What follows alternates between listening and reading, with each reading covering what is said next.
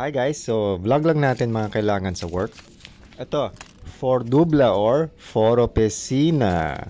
Ayan, office knife po sana natin to. Unwrapping kasi hindi siya nakabox. Ito so far yung pinakamurang knife set sa IKEA nung pumunta kami. Ayan, so buksan natin itong isang side. Yan, so napakamura na. Dalawa na, isang malaki tsaka isang maliit na knife. Ang plano natin gamitin tong maliit lang. Kasi nagtatry po tayo maging healthy, maging habit natin yung mga healthy food para sa office. So madalas po tayo nagbabaon ng gulay at prutas. So kailangan natin ng kutsilyo. At para mas sigurado pong hindi tayo malate, binabaon na po natin yung gulay, yung vegetables ng may balat. So, babalatan na lang natin siya kapag kakainin na natin siya for lunch.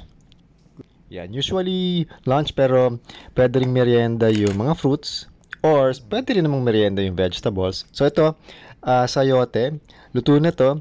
Hindi siya ganun kaganda so hindi natin kakainin yung balat. Ito para sa sayote, actually mas bagay kung peeler. Pero ito, mas versatile kasi pag maliit na knife. Yan, hindi perfect yung pagbabalat pero pwede na. Yung balat naman nilalagay natin sa halaman or kino-compose natin. So hindi rin siya totally nasasayang kahit na medyo makapal yung pagbabalat natin. So ito po yung normal speed na video.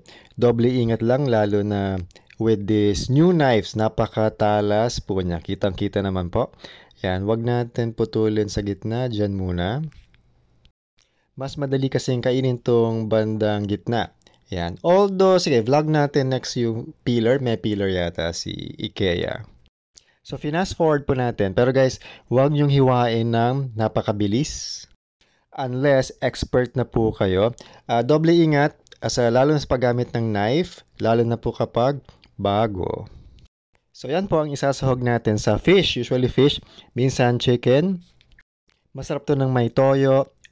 Minsan may luya, may sili, may kalamansi. Mas masarap kapag may dressing. Luto na po to guys. So, pwede na siyang kainin. Pag nabalatan. Actually, kahit may balat. Kasi luto na rin yung balat. Pero syempre, hindi siya ganun kasarap.